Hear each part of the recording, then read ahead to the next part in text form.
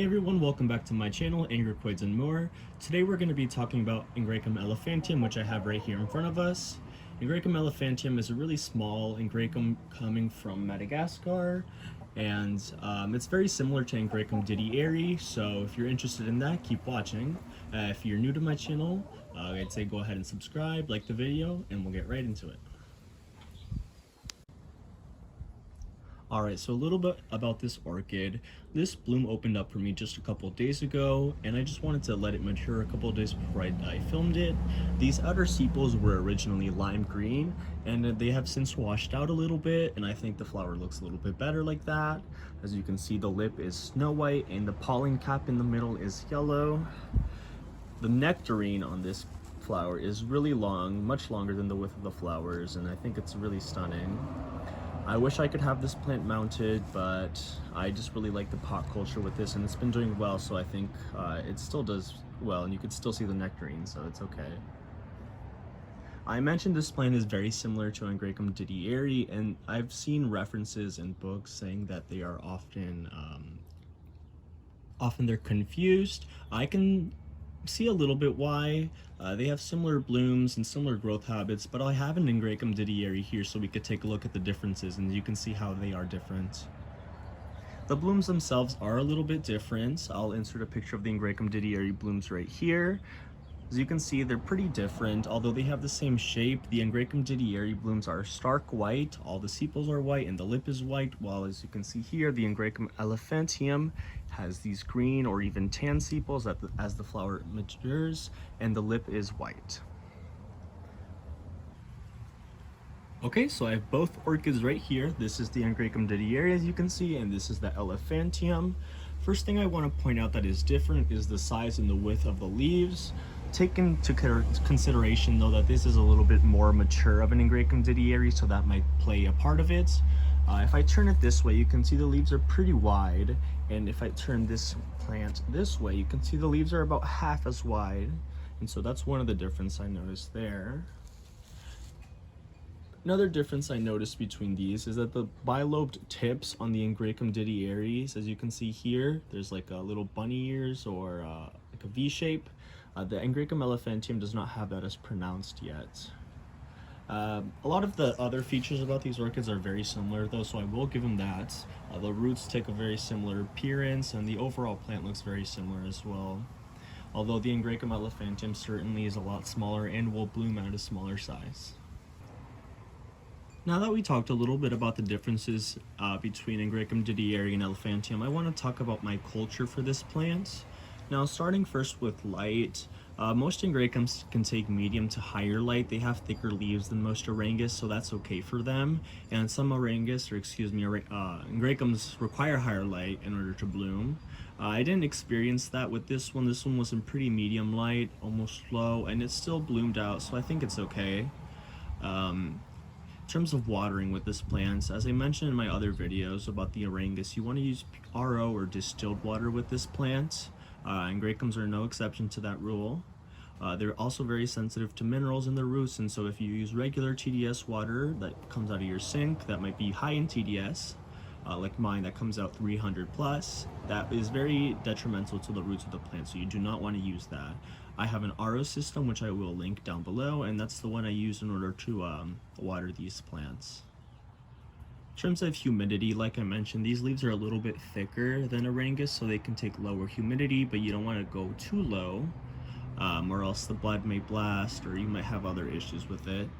My humidity is typically around 60 to 70, so this plant enjoys pretty high humidity. In terms of fertilizer, I don't go too heavy with the fertilizer on this plant. Like most Angraecoids, it's really slow growing. I haven't gotten a new leaf on this plant since I got it about 6 months ago, and so you don't want to overdo the fertilizer. And I just mentioned that I got this plant a few months ago. I got it from Diamond Orchids, which is Peter T. Lin. He's a grower in Southern California, which is where I'm located, and so I highly recommend him if you're in the continental US. He has really good Angraecoids, compact Cattleya, so I definitely check him out. Like I mentioned in the intro to this video, Angraecum elephantium is native to the eastern parts of Madagascar, and so you want to make sure you replicate the temperatures as close as you can as well.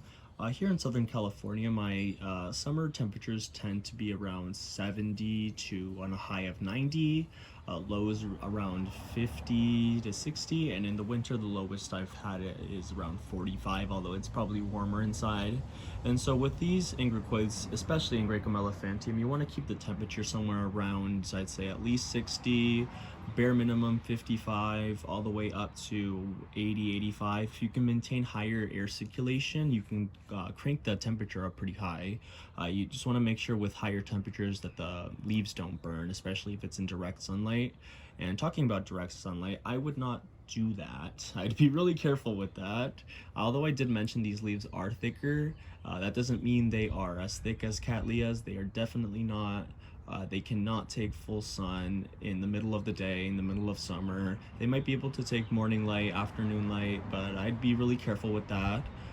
So do it at your own risk. I grow under lights, so I don't have to face that challenge, luckily. And so I did mention also that the lighting doesn't have to be that high, and I will show you my grow setup right here. This is where my elephantium bloomed, and so as you can see, it's about medium to low light, not too bright, and I've been successful with its growth there since. Now I wanted to talk a little bit more specifically about the bloom itself. The bloom appeared about, honestly, it was there from the moment I got the plant. It was like a little nub at the bottom, and ever since then it started swelling, and I'd say it swelled the most within the past 2 months. Up until then it was really slow, but then within the last past month, honestly, it started picking up speed really quickly, and there were like day by day changes that were pretty big. And so this plant can pick up speed once it's determined to bloom, but you just have to be really patient with it. They do say there is a very strong scent with this plant, although I have not detected a fragrance yet. That also might be because I'm trying to smell it during the day, and most Angraecoids are fragrant at night, so I will update you below once I do smell it. I did mention earlier that this plant needs to be watered with RO or distilled water, and I also wanted to talk a little bit about how I water this plant. I do it either of two ways. I either do a bottom watering through just like in a bowl or a large bucket, or I just pour water directly into the pot and drain through. I have heard that draining the pot thoroughly is very helpful to remove salt buildup, and so you'll want to do that occasionally, maybe about once a month, just to help rinse those salts out. I also did want to mention, I'm sure I mentioned it earlier, but I do grow this plant under lights indoors, and so I just brought it outside so you could take a better look with better lighting. And so don't assume that I grow this plant outdoors, because definitely it would not do well in my dry climate.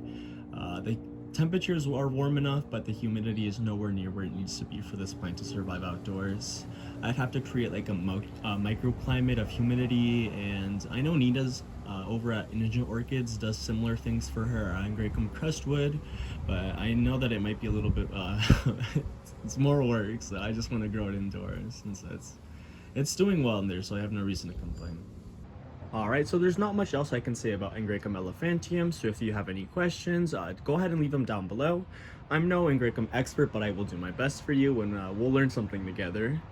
Thank you again for watching this video. Subscribe to my channel, like this video, and if you want to see more Angraecum content, then definitely keep watching. Thank you so much. Bye-bye.